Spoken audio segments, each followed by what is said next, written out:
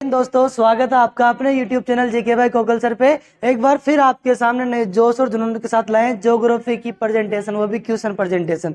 आपको यहाँ पे बेनिफिट ये मिलने वाला है कि आपको ऑल ओवर ज्योग्राफी के जितने भी क्वेश्चन बनते हैं इंपॉर्टेंट वो सारे आपको 25 क्वेश्चन के माध्यम से मिलने वाले हैं। और हाल ही में जो अपने 28 तारीख को बीएसटीसी का एग्जाम होने वाला है, उसके लिए तो ये काफी ज्यादा इंटरेस्टेड और बहुत ज्यादा इंपॉर्टेंट है। तो चलिए स्टार्ट करते हैं अपनी जो सीरीज है। उससे पहले दो लाइनें आपके लिए कि सफलता की यात्रा में धूप का बहुत बड़ा महत्व है, क्योंकि छांव मिलते ही कदम रुक जाते हैं। धूप लगेगी तो कदम चलेंगे, छांव मिल गई तो कदम रुक जाएंगे। इसी के साथ स्टार्ट करते हैं अपनी क्वेश्चन सीरीज। चलिए, पहला क्वेश्चन, राजस्थान राज्य की स्थिति एवं विस्तार के संबंध में निम्न में से कौन सा कथन सही नहीं है? ऑप्शन नंबर ए, राज्य का उत्तर दक्षिणी एवं पूर्व पश्चिमी विस्तार क्रमशः 869 तथा 826 किलोमीटर है। ऑप्शन नंबर बी, राज्य की आकृति विषम कोणीय चतुर्भुज के समान है। ऑप्शन नंबर सी, राज्य की अंतरराज्य एवं अंतरराष्ट्रीय सीमाओं की लंबाई 4850 किलोमीटर तथा 1070 किलोमीटर है। राज्य का भौगोलिक क्षेत्रफल भारत के क्षेत्रफल का 10.41% है। इसमें से बताना क्या है? ये बताना है कि कौन सा कथन है वो सत्य नहीं है। किसके बारे में? राजस्थान के भौगोलिक स्वरूप के बारे में। तो देखते हैं, राज्य का उत्तर से दक्षिण विस्तार कितना दिया गया? 869। आगे क्या लिखा गया? क्रम से, यानी क्रम से बताना है। पहले उत्तर दक्षिण का बताना है, फिर पूछा पूर्व से पश्चिम। तो ये क्या है? क्रम उल्टा सीधा है। क्या है? क्रम उल्टा सीधा है। पूर्व से पश्चिम कितना आएगा? 826 किलोमीटर। पूर्व से पश्चिम कितना आएगा? 826 किलोमीटर। उत्तर से दक्षिण कितना आएगा? 869 किलोमीटर। क्लियर? सॉरी, उत्तर से दक्षिण आएगा 826 किलोमीटर। उत्तर से दक्षिण कितना आएगा? 826 किलोमीटर। पूर्व से पश्चिम कितना आएगा? 869 किलोमीटर। तो यहाँ पे क्रम क्या है? उल्टा दिया गया है। पूछा क्या है? क्रम से। तो ये आपका क्या हो गया? गलत हो गया। और राइट आंसर क्या बताना था? जो असत्य है। और असत्य कौन सा है? ऑप्शन नंबर 1 आपका असत्य हो गया, मतलब राइट आंसर यही है। दूसरे क्वेश्चन की बात, दूसरे ऑप्शन की बात करें, राज्य की आकृति विषम कोणीय चतुर्भुज के समान है। बिल्कुल, राजस्थान पतंगाकार है, विषम कोणीय चतुर्भुज के समान है। तीसरा ऑप्शन, राज्य की कुल अंतरराज्यीय एवं अंतरराष्ट्रीय सीमाओं की लंबाई 4850 किलोमीटर या 1070 किलोमीटर है। क्लियर? ये अपना राइट है, क्योंकि प्रशासनिक दृष्टि से राजस्थान की स्थलीय सीमा को दो भागों में बांटा। पहली अंतरराज्यीय सीमा जिसकी लंबाई कितनी है? 4850 किलोमीटर। दूसरी अंतरराष्ट्रीय सीमा जिसकी लंबाई 1070 किलोमीटर। तो ये भी आपका सही है। राज्य का भौगोलिक क्षेत्रफल भारत के क्षेत्रफल का 10.41% है। बिल्कुल सही बात है। भारत के कुल भौगोलिक क्षेत्रफल का राजस्थान के पास कितना है? 10.41%। क्लियर? अगले क्वेश्चन की बात करते हैं। नेक्स्ट क्वेश्चन, अरब सागरीय मानसूनी धारा से सर्वाधिक वर्षा प्राप्त करने वाला जिला बताइए। 1 उदयपुर, 2 डूंगरपुर, 3 बांसवाड़ा, 4 प्रतापगढ़। बताइए, अरब सागर की मानसूनी धारा से सर्वाधिक वर्षा कौन सा जिला प्राप्त करता है? तो देखिए, अरब सागर मानसून, सबसे पहले बात करें कि अरब सागर जो मानसून है वो प्रवेश कहाँ से करता है? तो ये छोटा सा नन्हा सा प्यारा सा राजस्थान बनाते हैं। क्लियर? देखिए, अब ये जो अपना राजस्थान है, ये राजस्थान की उत्तर दिशा, ये राजस्थान की दक्षिण दिशा, ये पूर्व दिशा, ये पश्चिम दिशा। अरब सागर का जो मानसून है वो राजस्थान में प्रवेश करता है दक्षिणी राजस्थान से। कहां से करता है? दक्षिणी राजस्थान से।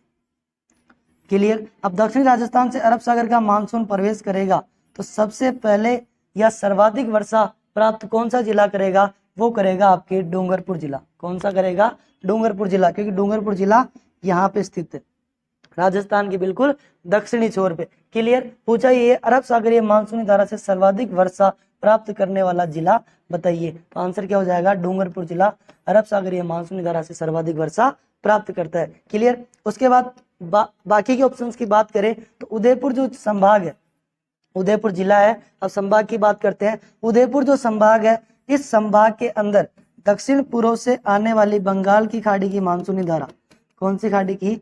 बंगाल की खाड़ी की मानसूनी धारा,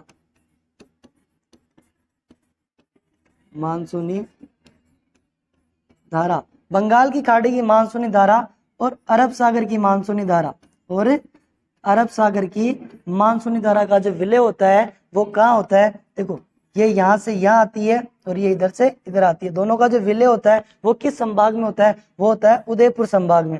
क्लियर। बांसवाड़ा की बात करें, बांसवाड़ा राजस्थान का सबसे दक्षिणतम जिला है, तो ये भी वर्षा की मात्रा सर्वाधिक प्राप्त करता है। प्रतापगढ़ जो जिला है ये भी दक्षिणी राजस्थान का है। प्रतापगढ़ जिला किसका है? दक्षिणी राजस्थान का, तो ये भी सर्वाधिक वर्षा प्राप्त करता है। अगर ऑप्शन में डूंगरपुर ना होता तो आंसर क्या होता? बांसवाड़ा। दोनों नहीं होते तो प्रतापगढ़। क्लियर। अगले क्वेश्चन की बात करते हैं। नेक्स्ट क्वेश्चन आपका क्वेश्चन नंबर 3, राजस्थान में सबसे अधिक नहरों से सिंचाई किन जिलों में होती है? पहला ऑप्शन 1 नंबर श्रीगंगानगर हनुमानगढ़, दूसरा ऑप्शन भीलवाड़ा चित्तौड़गढ़, तीसरा ऑप्शन जयपुर अलवर, चौथा ऑप्शन डूंगरपुर व बांसवाड़ा। तो बताइए इसका आंसर क्या होगा कि नहरों से सर्वाधिक सिंचाई किन जिलों में होती है?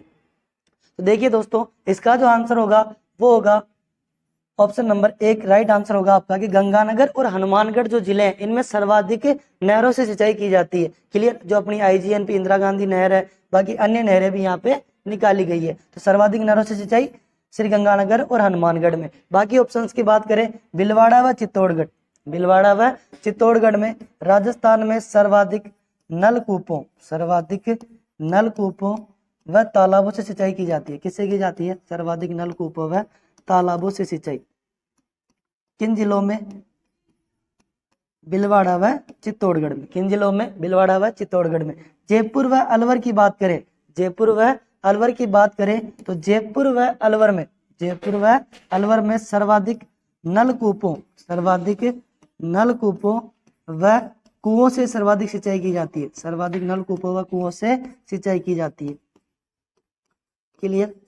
सर्वाधिक नहरों से हो गया, सर्वाधिक तालाबों से हो गया, सर्वाधिक कुओं से हो गया, और डूंगरपुर और बांसवाड़ा है अपना जो जिला है, दक्षिणी भाग है, डूंगरपुर और बांसवाड़ा, इन जिलों में सर्वाधिक झरनों से सिंचाई की जाती है। किससे की जाती है?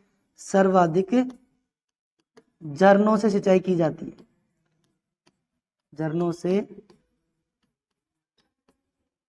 सिंचाई होती है किन जिलों में? डूंगरपुर व बांसवाड़ा में। तो क्लियर है आपका कि राजस्थान में सबसे अधिक नहरों से सिंचाई होती है गंगानगर हनुमानगढ़ में, ये आपका राइट आंसर। उसके बाद भीलवाड़ा चित्तौड़गढ़ में सर्वाधिक नलकूपों व तालाबों से सिंचाई होती है। उसके बाद जयपुर व अलवर में सर्वाधिक कुओं व नलकूपों से सिंचाई होती है। उसके बाद डूंगरपुर व बांसवाड़ा में सर्वाधिक झरनों से सिंचाई होती है। नेक्स्ट क्वेश्चन नंबर 4, वह मिट्टी कौन सी है जिसमें लोहा अधिक मात्रा में मिलता है?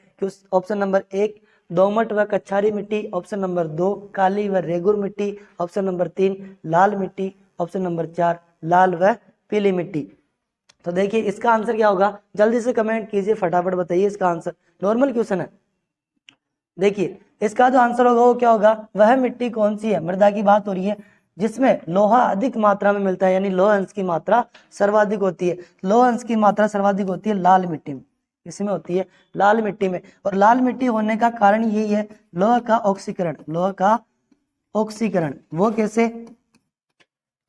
लोह का ऑक्सीकरण। अब इसमें लोहे की मात्रा सर्वाधिक होगी, लोहे की मात्रा सर्वाधिक होगी, तो लोह तत्व प्लस नमी या पानी की मात्रा, नमी या पानी की मात्रा। जब पानी लोहे को टच करता है, पानी जब लोहे को टच करता है तो उसकी क्या लग जाता है? जंग।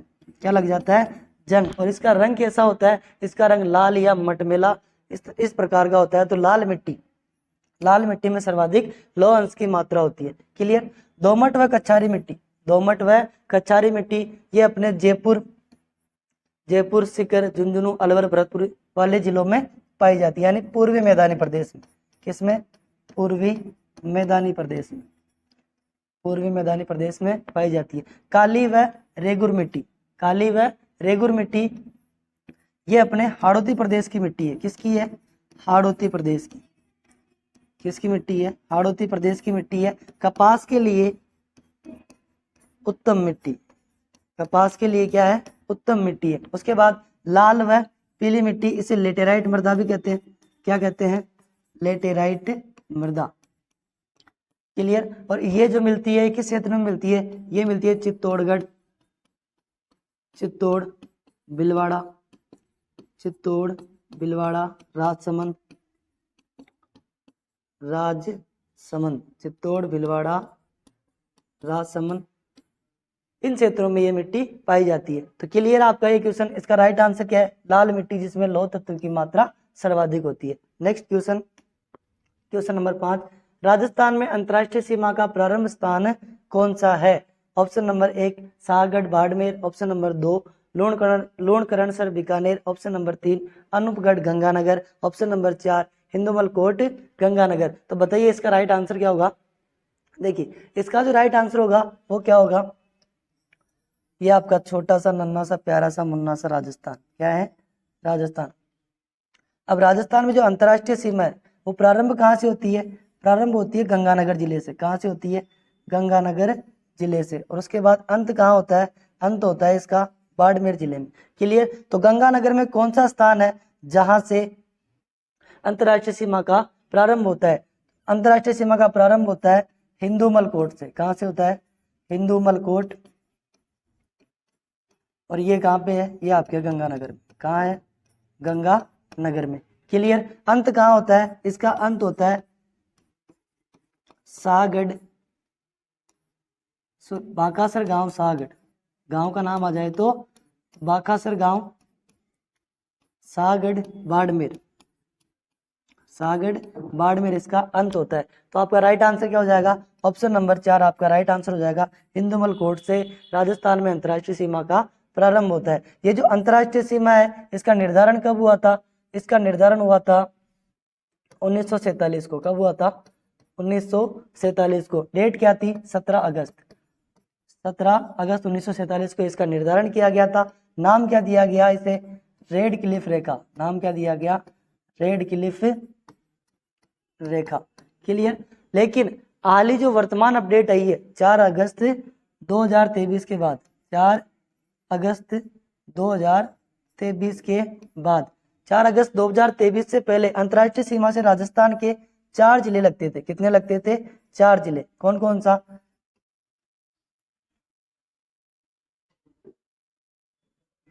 गंगानगर, उसके बाद बीकानेर, बीकानेर के बाद जैसलमेर, और जैसलमेर के बाद बाड़मेर। लेकिन राजस्थान में जिलों का गठन हुआ, नए जिलों का गठन हुआ कब हुआ? 4 अगस्त 2023 को हुआ। और 4 अगस्त 2023 को राजस्थान में नए जिलों के गठन के बाद गंगानगर से अलग करके, गंगानगर का विभाजन करके कौन सा नया जिला बनाया गया? अनूपगढ़। कौन सा? अनूपगढ़ नया जिला बनाया गया, जो कि अब अंतरराष्ट्रीय सीमा से सीमा बनाएगा। तो कितने हो गए? 5 जिले राजस्थान के, 5 जिले राजस्थान के अंतरराष्ट्रीय सीमा के साथ सीमा बनाएंगे। अब पहले कितने थे? 4। पहले कौन कौन से? गंगानगर, बीकानेर, जैसलमेर, बाड़मेर। अब कितने हो गए?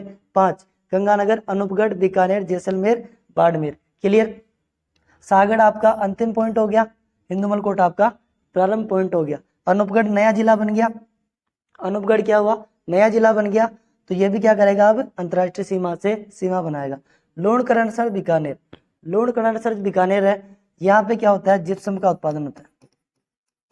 क्या होता है? जिप्सम का उत्पादन होता है। क्लियर? अगले क्वेश्चन की बात करें।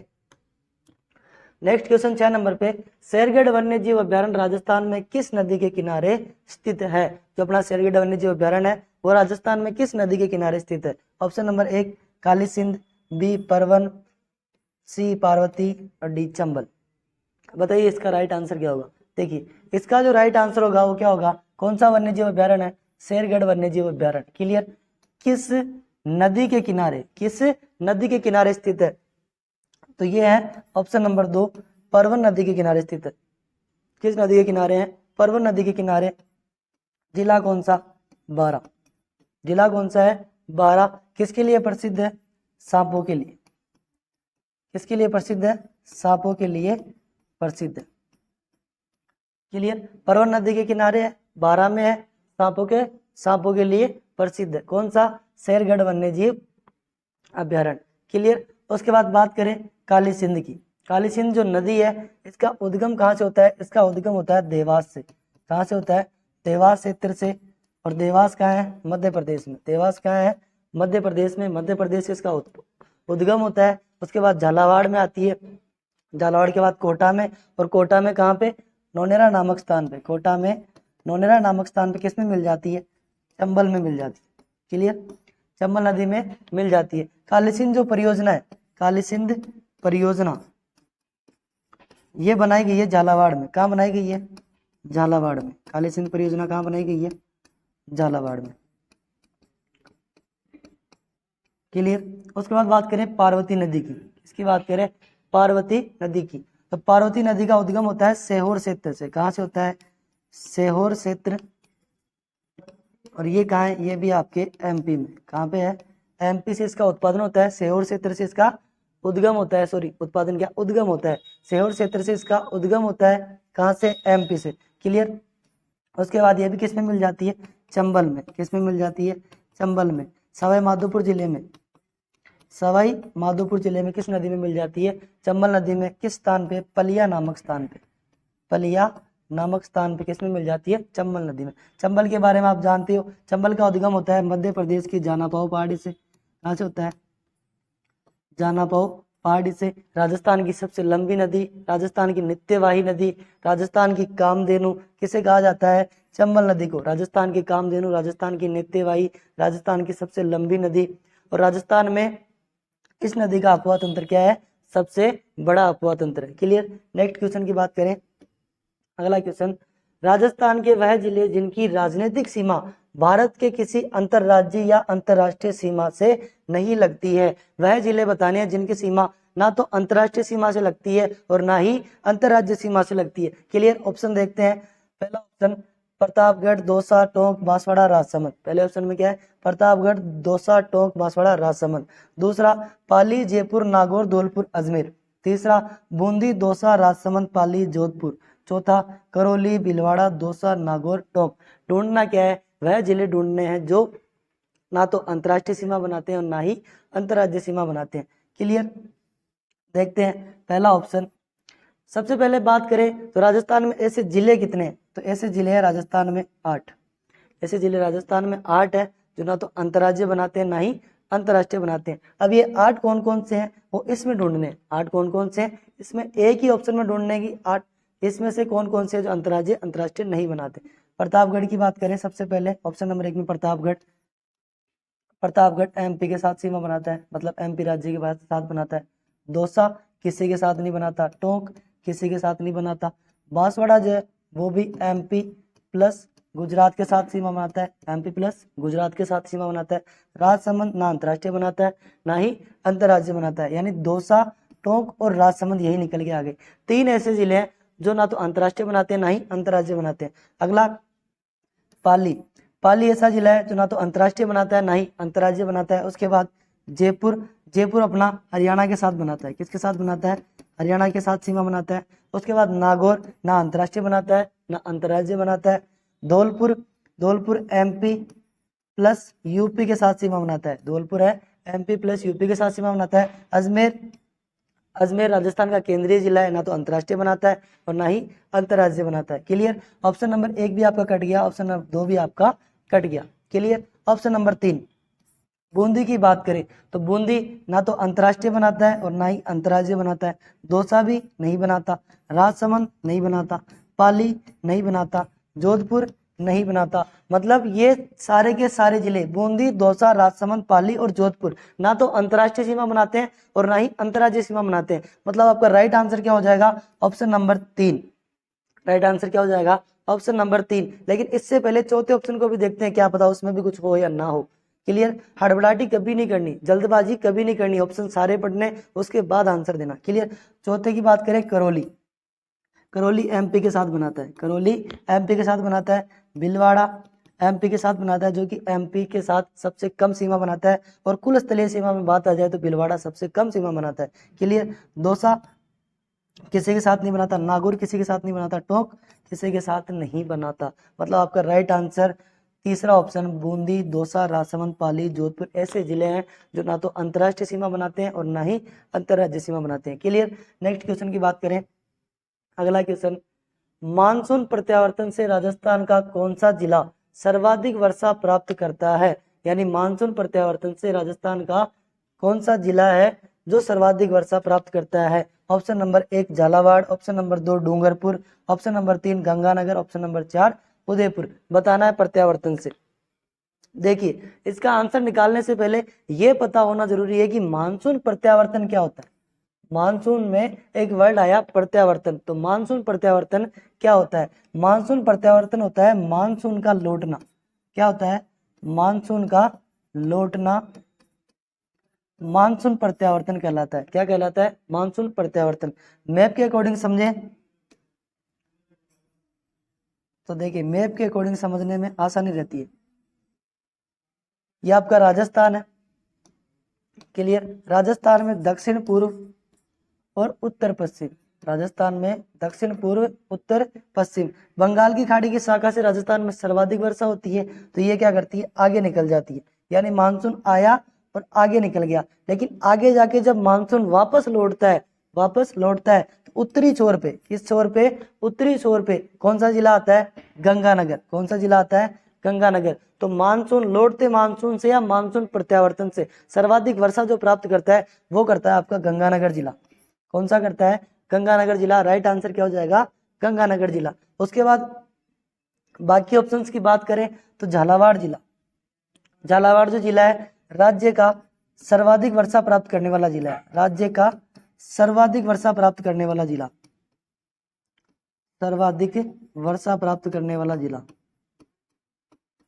वर्षा प्राप्त करने वाला जिला है। क्लियर। सर्वाधिक वर्षा प्राप्त करने वाला झालावाड़। वर्षा कितनी प्राप्त करता है? 120 सेंटीमीटर। कितनी करता है?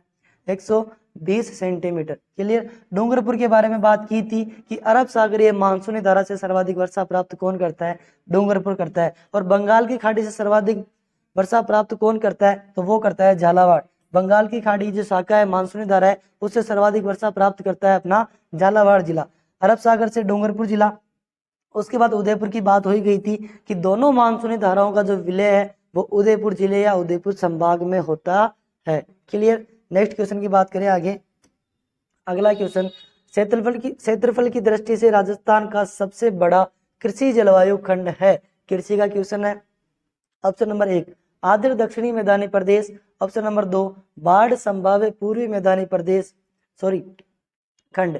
शुष्क पश्चिमी मैदानी खंड। चौथा सिंचित उत्तर पश्चिमी मैदानी खंड। राइट आंसर क्या होगा बताइए कि कृषि, क्षेत्रफल की दृष्टि से कृषि का सबसे बड़ा जो जलवायु खंड है वो कौन सा है? खंड यानी क्षेत्र, क्षेत्र जो अलग अलग भागों में बांटा गया है, तो किस क्षेत्र में सर्वाधिक कृषि होती है? क्षेत्रफल की दृष्टि से। क्लियर। इसका जो राइट आंसर होगा क्षेत्रफल की दृष्टि से, तो क्षेत्रफल की दृष्टि से होगा शुष्क मैदानी खंड। क्या होगा? शुष्क मैदानी खंड आपका राइट आंसर हो जाएगा, क्योंकि राजस्थान में 61.11% भाग पे 61.11% भूभाग पे किसका विस्तार है? मरुस्थल का। किसका विस्तार है? मरुस्थल का विस्तार है। तो क्षेत्रफल की दृष्टि से सबसे बड़ा खंड कौन सा हो गया? शुष्क पश्चिमी मैदानी खंड। क्लियर।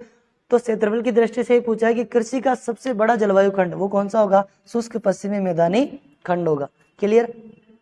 सिंचित उत्तर पश्चिमी मैदानी खंड की बात करें तो हमने बात की थी कि सर्वाधिक नहरों से सिंचाई गंगानगर हनुमानगढ़ में होती है। किस में होती है?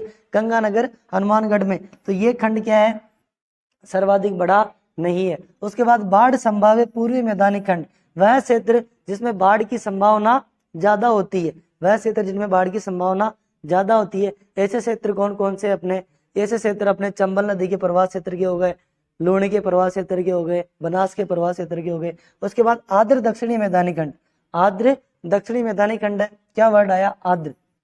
एक आया दक्षिणी, यानी सर्वाधिक वर्षा। सर्वाधिक वर्षा किस भाग में होती है? तो वो होती है अपने दक्षिणी भाग में। किस भाग में होती है? राजस्थान के दक्षिणी भाग में होती है। तो आर्द्र दक्षिणी मैदानी खंड कौन सा हो गया? राजस्थान का दक्षिणी भाग। आपका राइट आंसर क्या होगा? शुष्क पश्चिमी मैदानी खंड होगा। क्लियर। नेक्स्ट क्वेश्चन की बात करें। अगला क्वेश्चन, निम्न फास्फोरस उर्वरकों में से कौन सा अम्लीय मिट्टी में उपयोग के लिए उपयुक्त है?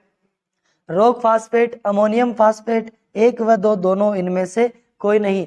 अम्लीय मिट्टी की उपजाऊ क्षमता बढ़ाने के लिए किस फास्फोरस का प्रयोग किया जाता है? तो वो किया जाता है आपके रॉक फास्फेट का प्रयोग।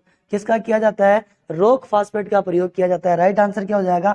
Rock phosphate. अमोनियम फास्फेट है। अमोनियम फास्फेट का प्रयोग रासायनिक क्रिया में किया जाता है। किस में किया जाता है? रासायनिक क्रियाओं में किया जाता है। क्लियर। इसका प्रयोग किया जाता है रासायनिक क्रियाओं में। एक व दो दोनों नहीं होगा, इनमें से कोई नहीं भी नहीं होगा। राइट आंसर क्या होगा? Rock phosphate. क्या होगा? Rock phosphate. जब मिट्टी का पीएच मान 7 से अधिक होता है तो मिट्टी क्या हो जाती है? अम्लीय हो जाती है। क्या हो जाती है? अम्लीय हो जाती है। और अम्लीयता को दूर करने के लिए रॉक फास्फेट का प्रयोग किया जाता है। जब मिट्टी का पीएच मान 7 से कम हो जाता है तो मिट्टी सारी हो जाती है। और मिट्टी की सारियता को कम करने के लिए किसका प्रयोग किया जाता है? तो वो किया जाता है जिप्सम का प्रयोग। किसका किया जाता है? जिप्सम का प्रयोग किया जाता है। क्लियर? और राजस्थान में रॉक फास्फेट सर्वाधिक मात्रा में कहाँ मिलता है? तो ये मिलता है आपके जामर कोटड़ा। कहाँ मिलता है? जामर कोटड़ा क्षेत्र में। और जामर कोटड़ा कहाँ है? उदयपुर। जामर कोटड़ा कहाँ पे है? उदयपुर में। जिप्सम की बात करें कि सर्वाधिक जिप्सम कहाँ मिलता है? तो ये मिलता है आपके बीकानेर में। कहाँ मिलता है? बीकानेर में। और जिप्सम की मंडी भी कहाँ है? जामसर बीकानेर में। कहाँ पे है? जामसर बीकानेर में। क्लियर? एक क्षेत्र आता है आपका गोठ मंगलोद नागौर। कौन सा आता है? गोठ मंगलोद नागौर। गोठ मंगलोद नागौर। इसमें भी क्या होता है? आपके जिप्सम सर्वाधिक मात्रा में पाया जाता है। क्लियर? नेक्स्ट क्वेश्चन की बात करें, अगला क्वेश्चन जो होगा वो आपका भेड़ की कौन सी प्रजाति भारतीय मेरिनो के नाम से जानी जाती है? पशु संपदा का क्वेश्चन है, भेड़ का क्वेश्चन है कि भेड़ की कौन सी प्रजाति भारतीय मेरिनो के नाम से जानी जाती है? ऑप्शन नंबर 1 जैसलमेरी, 2 चोकला, 3 नाली, चौथा पुंगल। बताइए इसका राइट आंसर क्या होगा? जल्दी से कमेंट बॉक्स में कमेंट कीजिए। बिल्कुल नॉर्मल क्वेश्चन आप सबको आना चाहिए। देखिए इसका जो आंसर होगा वो क्या होगा कि कौन सी भेड़ की नस्ल भारतीय मेरिनो के नाम से जानी जाती है? तो वो जानी जाती है आपकी चोकला। कौन सी जानी जाती है? चोकला। क्लियर? चोकला जो भेड़ की नस्ल है ये भारत की मेरिनो के नाम से जानी जाती है। उसके बाद बात करें जैसलमेरी नस्ल। जैसलमेरी जो नस्ल है ये सर्वाधिक ऊन के लिए प्रसिद्ध है। किसके लिए है? ऊन के लिए। और ऊन भी कौन सी? लंबे रेशों वाली ऊन। लंबे रेशों वाली ऊन के लिए प्रसिद्ध है। क्लियर? जैसलमेरी जो है नस्ल है वो लंबे रेशों वाली ऊन के लिए प्रसिद्ध है। क्षेत्र कौन सा है? जैसलमेर। क्षेत्र कौन सा है? जैसलमेर। क्लियर? चोकला जो भेड़ नस्ल है इसके क्षेत्र की बात करें तो इसका क्षेत्र आता है शेखावाटी क्षेत्र। कौन सा आता है? शेखावाटी क्षेत्र। और शेखावाटी क्षेत्र के जिले कौन कौन से? चूरू, सीकर, झुंझुनू प्लस इसमें ऐड कर देना नागौर। कौन सा आएगा? नागौर। क्लियर? 3 जिले चूरू, सीकर, झुंझुनू प्लस नागौर में कौन सी नस्ल मिलती है? चोकला। और चोकला को क्या कहा जाता है? भारतीय मेरिनो के नाम से भी जाना जाता है। और मेरिनो जो नस्ल है वो स्थानीय यानी मूल रूप से कहाँ की है? मेरिनो भेड़ की नस्ल है वो मूल रूप से कहाँ की है? मूल रूप से स्पेन की है। किसकी है? मूल रूप से स्पेन की है। स्पेन एक कंट्री है वहां की है, मूल रूप से स्पेन की है। उसके बाद स्पेन के बाद न्यूजीलैंड, स्पेन के बाद न्यूजीलैंड और उसके बाद ऑस्ट्रेलिया। उसके बाद ऑस्ट्रेलिया। और भारत में जो चोकला नस्ल को मेरिनो कहा जाता है वो ऑस्ट्रेलिया के आधार पे कहा जाता है। किसके आधार पे? जो ऑस्ट्रेलिया की मेरिनो है उसके आधार पे भारत में चोकला को भारतीय मेरिनो कहा जाता है। क्लियर? नाली की बात करें, नाली का क्षेत्र आता है उत्तरी राजस्थान। नाली का क्षेत्र आता है उत्तरी राजस्थान। क्लियर? पोंगल, पोंगल भी एक भेड़ की नस्ल है। पोंगल का क्षेत्र जैसलमेर। पोंगल का क्षेत्र प्रमुख क्षेत्र कौन सा है?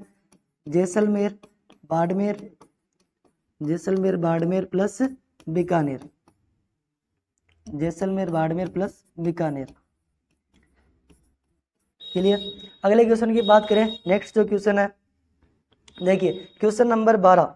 क्वेश्चन नंबर 12, निम्नलिखित में से असंगत युग्म कौन सा है? आपके सामने ऑप्शन दे दिए और इसमें से ढूंढना है आपको कि असंगत कौन सा है या गलत कौन सा है। स्टार्ट करें। ऑप्शन नंबर 1 सज्जनगढ़ जैविक उद्यान उदयपुर में है, माचिया जैविक उद्यान जोधपुर में है, नाहरगढ़ जैविक उद्यान जयपुर में है, अबेड़ा जैविक उद्यान अजमेर में है। बताइए इसमें से गलत कौन सा है कि कौन सा जैविक उद्यान किस जिले में स्थित है? तो इसमें एक युग्म ऐसा है कि वह जैविक उद्यान या तो जिले में नहीं है या इस जिले में ये जैविक उद्यान नहीं है। देखिए इसका राइट आंसर क्या होगा? सबसे पहले बात करें सज्जनगढ़ जैविक उद्यान की। किसकी बात करें? सज्जनगढ़ जैविक उद्यान की। तो ये आपके उदयपुर जिले में है। किस में है? उदयपुर जिले में है, सज्जनगढ़ पैलेस के नीचे। कौन से पैलेस के नीचे? सज्जनगढ़ पैलेस के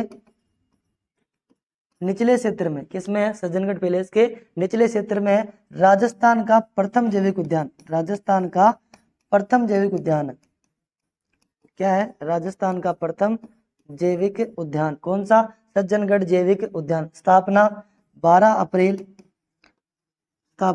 अप्रैल 2015 को। कब हुई, 12 अप्रैल 2015 को। उसके बाद माचिया जैविक उद्यान, जो माचिया सफारी पार्क है अपना, माचिया जैविक उद्यान, वो कहाँ पे है, जोधपुर में। ये भी आपका राइट, एक भी राइट दो भी राइट। माचिया कहाँ है, जोधपुर में। क्लियर। उसके बाद नाहरगढ़ जैविक उद्यान, नाहरगढ़ जैविक उद्यान कहाँ पे है, जयपुर में। कहाँ है, जयपुर में। क्लियर। तो ये भी आपका राइट हो गया। जैविक उद्यान क्या होता है, सजीव जीव जंतुओं या सजीव जो पेड़ पौधे हैं उनको मुख्य रूप से एक जगह रखा जाता है, उनको मुख्य विशेषताएं दी जाती है, मुख्य सेवाएं उपलब्ध करवाई जाती है जीव जंतुओं को, पेड़ पौधों को, उन्हें कहा जाता है जैविक उद्यान। उसके बाद बात करें अबेड़ा जैविक उद्यान, ये आपका अजमेर में नहीं है। अबेड़ा जो जैविक उद्यान है ये आपका अजमेर में नहीं है, ये आपका कहाँ पे है, कोटा में। कहाँ है, कोटा में। क्वेश्चन में क्या पूछा था, गलत युग्म कौन सा हो गया, ऑप्शन नंबर 4 आपका राइट आंसर हो जाएगा। क्लियर है। तो राइट आंसर ऑप्शन नंबर 4। ये आपके 4 जैविक उद्यान है जो राजस्थान में है। अबेड़ा कहाँ है, कोटा में। 5वां जैविक उद्यान है बीछामेड़ा। कहाँ पे है, बीछामेड़ा जैविक उद्यान, जैविक उद्यान जो कि बीकानेर में, इसका निर्माण अभी चल रहा है। कहाँ है, बीकानेर में बनाया जा रहा है। कौन सा, बीछामेड़ा जैविक उद्यान बीकानेर में बनाया जा रहा है। क्लियर। आगे बात करें नेक्स्ट क्वेश्चन की। अगला क्वेश्चन होगा आपका, राजस्थान में अणु शक्ति केंद्र कौन से बांध पर बनाया गया है। राजस्थान में अणु शक्ति केंद्र कौन से बांध पे बनाया गया है। ऑप्शन नंबर 1 माही बजाज सागर बांध पे, बी गांधी सागर बांध पे, सी भोपाल सागर बांध पे, डी राणा प्रताप सागर बांध पे। क्लियर। ये बताना है आपको कि परमाणु संयंत्र या अणु संयंत्र जो है वो किस बांध पे बनाया गया है। देखिए दोस्तों, इसका जो राइट आंसर होगा वो होगा आपके ऑप्शन नंबर 4 राणा प्रताप सागर बांध पे परमाणु संयंत्र स्थापित किया गया है। कब स्थापित किया गया था, 1975 को। कब स्थापित किया गया था, 1975 को। किसके सहयोग से, कनाडा के सहयोग से। किसके सहयोग से, कनाडा के सहयोग से स्थापित किया गया था। क्लियर। कहाँ पे स्थापित किया गया था, राणा प्रताप सागर बांध पे रावत भाटा चित्तौड़ में। कहाँ स्थापित किया गया था, रावत भाटा चित्तौड़गढ़ में। क्लियर। रावत भाटा चित्तौड़गढ़ में इसको स्थापित किया गया था। किसके सहयोग से, कनाडा के सहयोग से। कब किया, 1975 में किया। किस बांध पे किया, राणा प्रताप सागर बांध पे। और राणा प्रताप सागर बांध कहाँ है, ये भी आपके चित्तौड़ में। किस नदी पे बना है, ये बना है आपके चंबल नदी पे। किस पे बना है, चंबल नदी पे। और ये जो बांध है ये भराव क्षमता की दृष्टि से राजस्थान का सबसे बड़ा बांध है। क्लियर। उसके बाद बात करें माही बजाज सागर की। माही बजाज सागर माही नदी पे बनाया गया है। किस पे बनाया गया है, माही नदी पे। कहाँ पे है, बोरखेड़ा बांसवाड़ा में। कहाँ है, बोरखेड़ा बांसवाड़ा में। क्लियर। बोरखेड़ा बांसवाड़ा में बनाया गया है। और ये बांसवाड़ा क्षेत्र की सबसे बड़ी परियोजना है, सर्वाधिक लाभदायक परियोजना है। किसकी, बांसवाड़ा क्षेत्र की। उसके बाद माही बजाज सागर बांध है, ये राज्य का सबसे लंबा बांध है। राज्य का सबसे लंबा बांध। लंबाई कितनी है, 3109 मीटर इसकी लंबाई है। किसकी, माही बजाज सागर बांध की। उसके बाद गांधी सागर बांध है, ये भी आपका चंबल नदी पे बनाया गया। किस पे बनाया गया है, चंबल नदी पे। और ये स्थित कहाँ पे है, तो ये आपका एमपी में है। कहाँ पे है, एमपी के मंदसौर जिले में। किस जिले में है, एमपी के मंदसौर जिले में, चित्तौड़गढ़ 84 के पास। चित्तौड़गढ़ 84 के पास बनाया गया है। कहाँ बनाया गया है, चित्तौड़गढ़ 84 के पास बनाया गया है। किस राज्य में, मध्य प्रदेश राज्य में। मध्य प्रदेश के मंदसौर जिले में बनाया गया है। और चित्तौड़गढ़ में 84 से कौन सी नदी प्रवेश करती है, चंबल नदी। तो ये भी चंबल नदी पे बनाया गया। क्लियर। भोपाल सागर बांध है, ये आपका चित्तौड़गढ़ में। कहाँ पे है, चित्तौड़गढ़। क्लियर। अगले क्वेश्चन की बात करें, नेक्स्ट क्वेश्चन देखिए। अगला जो क्वेश्चन है, निम्न में से असत्य कथन है। इसमें भी वापस असत्य कथन बताना है। राज्य में वर्षा की मात्रा उत्तर पश्चिम से दक्षिण पूर्व की ओर बढ़ती है। दूसरा, राज्य में अरावली का विस्तार दक्षिण पश्चिम से उत्तर पूर्व की ओर है। राज्य में अरावली को स्थानीय भाषा में आडा वाटा भी कहा जाता है। राज्य में अरावली की ऊंचाई उत्तर पूर्व से दक्षिण पश्चिम की ओर घटती है। इसका राइट आंसर क्या होगा, कौन सा कथन है जो कि गलत है। गलत कथन बताना है आपको, जो आपके राजस्थान में अरावली के अकॉर्डिंग गलत है या राजस्थान के अकॉर्डिंग गलत है वो बताइए। देखिए बात करें असत्य कथन की, तो राज्य में वर्षा की मात्रा को समझने के लिए एक छोटा सा मैप बनाते हैं। देखिए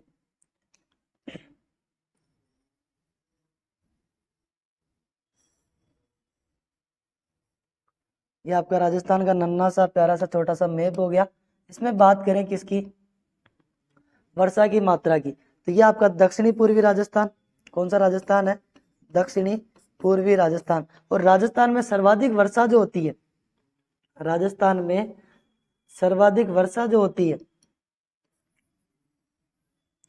देखिए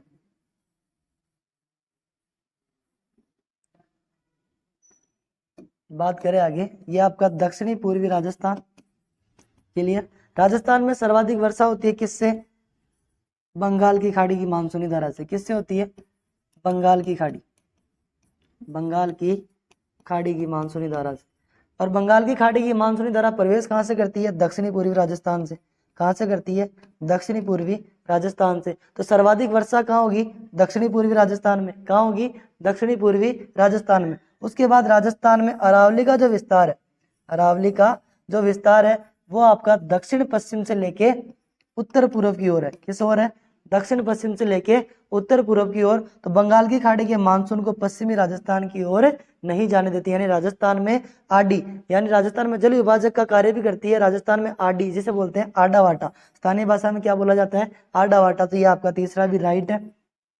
क्लियर, आडा वाटा हो गया। उसके बाद वर्षा की मात्रा उत्तर पश्चिम में कम है, उत्तर पश्चिम में कम है। तो पहला ऑप्शन क्या था, राज्य में वर्षा की मात्रा उत्तर पश्चिम से, यानी उत्तर पश्चिम से दक्षिण पूर्व की ओर, दक्षिण पूर्व की ओर बढ़ती है। बिल्कुल राइट, दक्षिण पूर्व की ओर राज्य में वर्षा की मात्रा बढ़ती है। क्लियर। राज्य में अरावली का विस्तार दक्षिण पश्चिम से उत्तर पूर्व की ओर है। बिल्कुल सही बात है। खेड़ ब्रह्मा सिरोही से, कहां से है, खेड़ ब्रह्मा सिरोही से, खेड़ ब्रह्मा सिरोही से कहां तक, खेतड़ी झुंझुनू तक। कहां तक है, खेतड़ी झुंझुनू तक अरावली का विस्तार है राजस्थान के अंदर। खेड़ ब्रह्मा सिरोही से, और सिरोही का है दक्षिणी पश्चिम में, दक्षिण पश्चिम में, और झुंझुनू का है उत्तर पूर्व में। अरावली का विस्तार क्या हो गया, दक्षिण पश्चिम से उत्तर पूर्व की ओर। ये भी आपका राइट हो गया।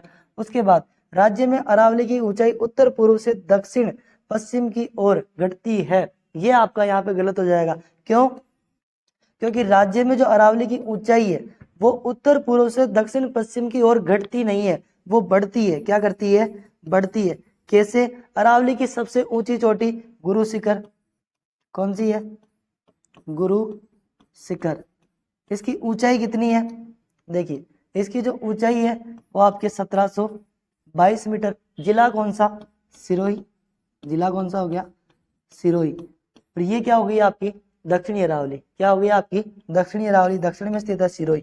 सर्वाधिक ऊंचाई 1722 मीटर। यहाँ पे क्या दी गया, उत्तर पूर्व से दक्षिण पश्चिम की ओर घटती है, यानी घटती नहीं है, बढ़ती है।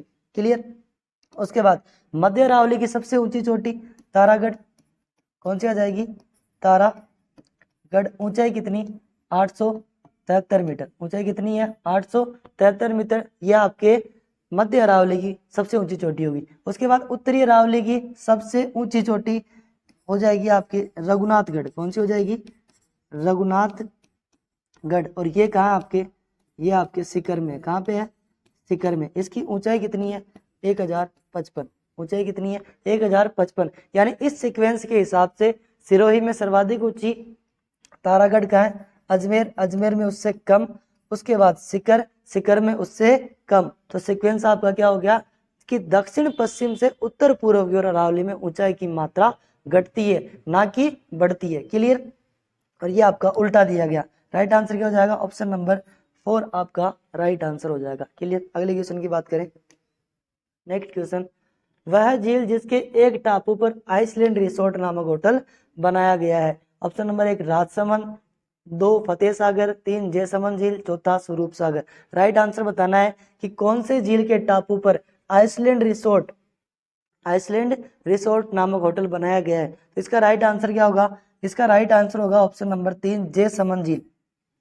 जयसमंद जो झील है इसमें टापू कितने हैं, इसमें टापू आपके 7। सबसे बड़ा टापू बाबा का भांगड़ा, बाबा का भांगड़ा। और ये जो बाबा का भांगड़ा नामक सबसे बड़ा टापू है, इसी टापू पे क्या बनाया गया है, आइसलैंड रिसोर्ट बनाया गया है। क्या बनाया गया है, आइसलैंड रिसोर्ट बनाया गया है। 7 टापुओं में सबसे छोटा टापू, सबसे छोटा, उसे क्या बोला जाता है, उसे बोला जाता है आपके प्यारी। क्या बोला जाता है, प्यारी। ये हो गया आपका बड़ा। और इसी पे क्या बनाया, आइसलैंड रिसोर्ट नामक होटल बनाया गया है। क्लियर। उसके बाद आगे बात करें जयसमंद झील। जयसमंद झील का निर्माण किसने करवाया, महाराणा जय सिंह ने। किसने करवाया था, महाराणा जय सिंह ने। कब करवाया, 1685 से लेके 91 के मध्य, 1685 से लेके 91 के मध्य करवाया। उसके बाद जयसमंद जो झील है, और देखिए इसमें जयसमंद जो झील है ये राजस्थान की सबसे बड़ी कृत्रिम झील है, राजस्थान की सबसे बड़ी कृत्रिम झील। और राजस्थान की सबसे बड़ी मीठे पानी की झील भी कौन सी है, मीठे पानी की झील, वो भी आपके जयसमंद झील, मीठे पानी की झील, ये भी कौन सी है, जयसमंद झील। क्लियर। आगे बात करें राजसमंद झील की, किसकी, राजसमंद झील की। तो ये आपके राजसमंद में, कहाँ पे है, राजसमंद में। और एकमात्र झील जिसके नाम पे जिले का नाम पड़ा, एकमात्र झील जिसके नाम पे किसका नाम पड़ा, जिले का नाम पड़ा। निर्माण राज सिंह ने करवाया था। निर्माण किसने करवाया था, राज सिंह ने। कब करवाया था, 1662 में। कब करवाया था, 1662 ईस्वी में निर्माण राज सिंह ने करवाया था राजसमंद झील का। और इसी के नाम पे एकमात्र जिले का नाम पड़ा, वो है राजसमंद। क्लियर। फतेह सागर झील। फतेह सागर झील जो है ये आपके उदयपुर में, कहाँ पे है, उदयपुर में।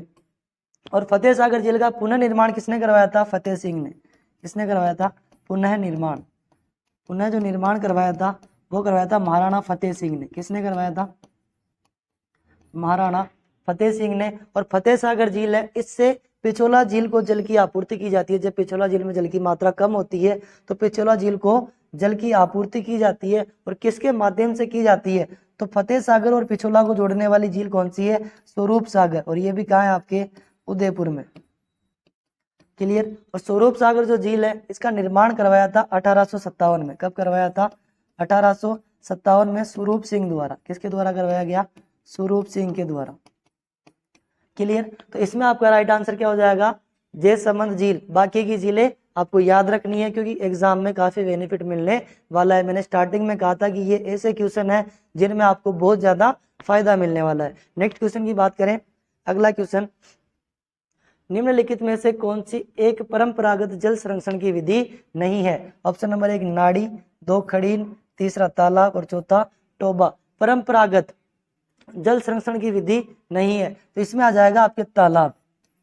ऑप्शन नंबर 3 आपका राइट होगा। तालाब जो है ये परंपरागत जल संरक्षण की विधि नहीं है। नाड़ी जो अपने तालाब से छोटा रूप होता है, तालाब से छोटा रूप होता है उसे नाड़ी कहा जाता है। खड़ीन तो अपने पश्चिमी मरुस्थलीय क्षेत्र है, पश्चिमी मरुस्थलीय क्षेत्र में खेतों के नीचे जो पानी इकट्ठा हो जाता है उसे कहा जाता है खड़ीन पद्धति। क्या कहा जाता है, खड़ीन पद्धति। टोबा नाड़ी का ही छोटा रूप है, टोबा। अगले क्वेश्चन की बात करें, नेक्स्ट क्वेश्चन, पुष्कर झील में सफाई कार्य किस देश द्वारा हो रहा है। कनाडा, जापान, ब्रिटेन, रूस। तो पुष्कर झील में जो सफाई का कार्य हो रहा है वो कनाडा के सहयोग से किया जा रहा है। राइट आंसर क्या हो जाएगा, ऑप्शन नंबर 1 कनाडा के सहयोग से। क्लियर है, तो आपका राइट आंसर हो जाएगा कनाडा। नेक्स्ट क्वेश्चन, निम्नलिखित को सुमेलित कीजिए, निम्नलिखित को सुमेलित कीजिए। मैग्नीज, वोलेस्टोनाइट, तांबा, सीसा और जस्ता। सुमेलित करना है आपको। पिसांगन, अजमेर, कालाकोट, बांसवाड़ा, राजपुरा, दरीबा, राजसमंद, खो दरीबा, अलवर कि कौन सा खनिज किस क्षेत्र में उत्पादित किया जाता है, ये आपको सुमेलित करना है और दिए गए कूट के माध्यम से आंसर देना है। क्लियर, तो चलिए सुमेलित करते हैं। मैग्नीज जो है ये उत्पादित होता है कालाकूट बांसवाड़ा में। कहाँ होता है, कालाकूट बांसवाड़ा में। तो एक में बी, एक में क्या हो जाएगा, बी, एक में बी यानी स वाला। उसके बाद वोलेस्टोनाइट, वोलेस्टोनाइट का उत्पादन होता है पिसांगन अजमेर से। कहाँ से होता है, पिसांगन अजमेर से। और वोलेस्टोनाइट का उत्पादन राजस्थान ऐसा राज्य जो एकमात्र ऐसा राज्य है जिसमें वोलेस्टोनाइट खनिज है, इसका एकाधिकार है। किसका है? राजस्थान का एकाधिकार। किस खनिज में? वोलेस्टोनाइट खनिज में। क्लियर। इसका उत्पादन कहाँ से होता है? पिसांगन अजमेर से। तो 2 में ए। क्लियर। उसके बाद तांबा, तांबे का उत्पादन होता है खोदरीबा अलवर से। कहाँ से होता है? खोदरीबा अलवर से। सीसा और जस्ता राजपुर दरीबा राजसमंद से। क्लियर। तो डी और सी आपका राइट आंसर क्या हो जाएगा? ऑप्शन नंबर से बी, ए, डी, सी। मैग्नीज कालाकोट बांसवाड़ा वोलेस्टोनाइट पिसांगन अजमेर तांबा खोदरीबा अलवर सीसा जस्ता राजपुरा दरीबा राजसमंद। नेक्स्ट क्वेश्चन, अगला क्वेश्चन, निम्न में से सत्य कथन नहीं है। अवर्गीकृत वन 6.46%, आरक्षित वन क्षेत्र 37.5%, अभिलेखित वन क्षेत्र 11.60%, रक्षित वन क्षेत्र 56.49%। तो बताइए इसका राइट आंसर क्या होगा? देखिए वनों का क्वेश्चन है, वन बताने की रक्षित, आरक्षित, अवर्गीकृत और अभिलेखित वन। क्लियर। इसमें जो आपका राइट आंसर होगा वो होगा 11.60% अभिलेखित वन, क्योंकि राजस्थान में अभिलेखित जो वन है वो 11.60 ना होकर कितना है? 9.60%। कितना है? 9.60%। तो आपका सत्य कथन नहीं है, यानी असत्य कथन बताना था। असत्य कथन कौन सा हो गया? 9.60, 11.60 नहीं है। अवर्गीकृत वन की बात करें तो 6.46% भूभाग पे फैले हुए हैं राजस्थान में। सर्वाधिक कहाँ मिलते हैं? बीकानेर में। सर्वाधिक कहाँ मिलते हैं? बीकानेर में। और ये ऐसे वन है जिनको किसी भी काम में यूज में ले सकते हैं, कटाई, पशुचारण या लकड़ी के लिए उपयोग में किया जा सकता है। उसके बाद आरक्षित वन, आरक्षित जो वन है वो केंद्र सरकार के नियंत्रण में होते हैं। किसमें होते हैं? केंद्र सरकार के नियंत्रण में होते हैं। राज्य के कितने प्रतिशत भूभाग पे? 37.5% भूभाग पे। इनमें ना तो लकड़ी काटी जा सकती है, ना इसमें आर्केड खेला जा सकता है, यानी शिकार भी नहीं किया जा सकता। या सीधी सी बात ये कि इन वनों में जाने के लिए प्रतिबंध होता है। अनुमति किसकी लेनी पड़ती है? केंद्र सरकार की। कितने प्रतिशत भूभाग पे? 37.5% पे। सर्वाधिक आरक्षित जो वन है वो उदयपुर जिले में। किस जिले में है? उदयपुर जिले में। रक्षित वन क्षेत्र की बात करें, ऐसे वन क्षेत्र जिनपे केंद्र व राज्य सरकार का नियंत्रण होता है, लेकिन उनमें उनको क्या करते हैं? लकड़ी काटने के लिए या शिकार के लिए लीज पे दे दिया जाता है। क्लियर। तो लीज पे देने वाले वन कितने हैं? 56.49% भूभाग पे। सर्वाधिक कहाँ है? सर्वाधिक आपके 12 में। क्लियर। अगले क्वेश्चन की बात करें, नेक्स्ट क्वेश्चन, राजस्थान का कौन सा संभाग सर्वाधिक जैव विविधता वाला संभाग है? संभाग बताना है सर्वाधिक जैव विविधता वाला, तो वो कौन सा है? कोटा, जोधपुर, उदयपुर, जयपुर। इसमें आपका राइट आंसर क्या होगा? राइट आंसर होगा उदयपुर संभाग, क्योंकि सर्वाधिक वन और सर्वाधिक जैव विविधता किस संभाग में है? उदयपुर संभाग में। डूंगरपुर, बांसवाड़ा, प्रतापगढ़ ये किस संभाग में आते हैं? उदयपुर संभाग में। राइट क्या हो जाएगा? उदयपुर संभाग। कोटा जो संभाग है ये सर्वाधिक नदियों वाला संभाग है। कोटा संभाग क्या है? सर्वाधिक नदियों वाला। जोधपुर संभाग है क्षेत्रफल की दृष्टि से सबसे बड़ा है। किसकी दृष्टि से? क्षेत्रफल की दृष्टि से सबसे बड़ा संभाग है। उदयपुर संभाग की बात होगी कि सर्वाधिक जैव विविधता वाला और सर्वाधिक लिंगानुपात वाला। क्या है? सर्वाधिक लिंगानुपात वाला। उसके बाद जयपुर संभाग, यह सर्वाधिक अनुसूचित जनजाति वाला संभाग है। अनुसूचित जाति वाला संभाग। और सर्वाधिक जनघनत्व वाला संभाग, सर्वाधिक जनसंख्या वाला संभाग भी कौन सा है? जयपुर संभाग। अगले क्वेश्चन की बात करें, नेक्स्ट क्वेश्चन, राजस्थान में राज्य गौ सेवा आयोग का गठन कब व कहाँ किया गया? ऑप्शन नंबर 1 5 जुलाई 1984 बीकानेर में। ऑप्शन नंबर 2 23 मार्च 1995 जयपुर में। ऑप्शन नंबर 3 2 अक्टूबर 1994 नागौर में। ऑप्शन नंबर 4 27 अगस्त 1981 भरतपुर में। तो देखिए इसका जो राइट आंसर होगा वो क्या होगा? राजस्थान राज्य में गौ सेवा आयोग गठन, गौ सेवा आयोग का गठन किया गया 23 मार्च 1995 को। कहाँ किया गया? जयपुर में। कहाँ किया गया? जयपुर में गौ सेवा आयोग का गठन किया गया। कब? 23 मार्च 1995 को। 5 जुलाई 1984 को क्या हुआ? 5 जुलाई 1984 को बीकानेर जिले में क्या हुआ? ऊष्ट अनुसंधान केंद्र या ऊंट अनुसंधान केंद्र की स्थापना हुई। ऊंट अनुसंधान केंद्र की स्थापना की गई। उसके बाद 2 अक्टूबर 1994 को राज्य में पहली बस सेवा का शुभारंभ हुआ। पहली बस सेवा का क्या हुआ? शुभारंभ हुआ। कहां से कहां तक? तो ये हुआ मेड़ता सिटी से मेड़ता सिटी से मेड़ता नागौर तक। कहाँ से कहाँ तक हुआ? मेड़ता सिटी से मेड़ता नागौर तक। क्लियर। 27 अगस्त 1981 को क्या हुआ? तो भरतपुर में केवला देवी राष्ट्रीय उद्यान, कौन सा उद्यान? केवला देवी जो राष्ट्रीय उद्यान है इसे राष्ट्रीय दर्जा प्राप्त हुआ। क्या हुआ? राष्ट्रीय दर्जा प्राप्त हुआ। नेक्स्ट क्वेश्चन आपका 22 नंबर, रणथंभौर के बाघों का जच्चा घर किस अभ्यारण्य को कहा जाता है? शेरगढ़ वन्यजीव अभ्यारण्य बारा, बिसलपुर वन्यजीव अभ्यारण्य टोंक, रामगढ़ विषधारी वन्यजीव अभ्यारण्य बूंदी, जवाहर सागर वन्यजीव अभ्यारण्य कोटा। तो बताइए इसका राइट आंसर क्या होगा कि रणथंभौर के बाघों का जच्चा घर है वो किस अभ्यारण्य को कहा जाता है। क्लियर। इसका जो राइट आंसर होगा वो क्या होगा? ऑप्शन नंबर 3 रामगढ़ विषधारी वन्यजीव अभ्यारण्य है, इसे रणथंभौर के बाघों का जच्चा घर कहा जाता है। ये जो अभ्यारण्य है ये बूंदी में है और इस अभ्यारण्य को राज्य का चौथा टाइगर रिजर्व घोषित किया है। क्या किया है? टाइगर रिजर्व घोषित किया है। कब किया है? ये किया आपका 16 मई 2022 को किया। कब किया? 16 मई 2022 को। राज्य का चौथा हो गया, भारत का 52वां। भारत का कौन सा हुआ? 52वां टाइगर रिजर्व। शेरगढ़ अभ्यारण्य का है? 12 में है। बिसलपुर राजमहल टोंक में है। जवाहर सागर वन्यजीव अभ्यारण्य कोटा में। अगले क्वेश्चन की बात करें, नेक्स्ट क्वेश्चन, देश का पहला रेल ट्रायल ट्रैक किस जिले में बनाया जा रहा है? यानी रेल के टेस्टिंग के लिए रेल जो आती है उसका टेस्ट किस जिले में किया जाएगा अब? तो वो किया जाएगा आपके जयपुर में, और जयपुर के सांबर क्षेत्र में। कहाँ पे बनाया जा रहा है?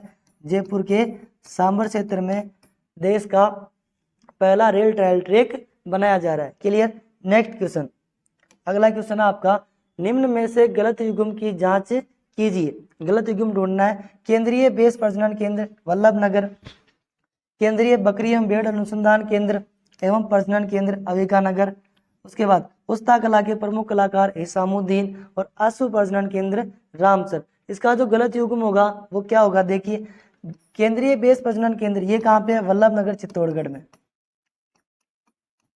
सॉरी वल्लभ नगर उदयपुर है। कहाँ है? वल्लभ नगर उदयपुर। उसके बाद केंद्रीय बकरी एवं भेड़ अनुसंधान एवं प्रजनन केंद्र यहाँ का अविका नगर मालपुरा टोंक। कहाँ है? अविका नगर मालपुरा टोंक में। उसके बाद उस्ता कला के प्रमुख कलाकार, यानी उस्ता कला जो है वो बीकानेर की कला है, यानी ऊंट की खाल पे मीनाकारी करना क्या कहलाता है? उस्ता कला कहलाता है। क्या कहलाता है? उस्ता कला कहलाता है। इसके जो प्रमुख कलाकार है, इसके प्रमुख कलाकार है हिसामुद्दीन चिश्ती। क्या है? हिसामुद्दीन। अश्व प्रजनन केंद्र ये रामसर में नहीं है, यह आपके है बिलाड़ा जोधपुर। कहाँ है? बिलाड़ा जोधपुर में।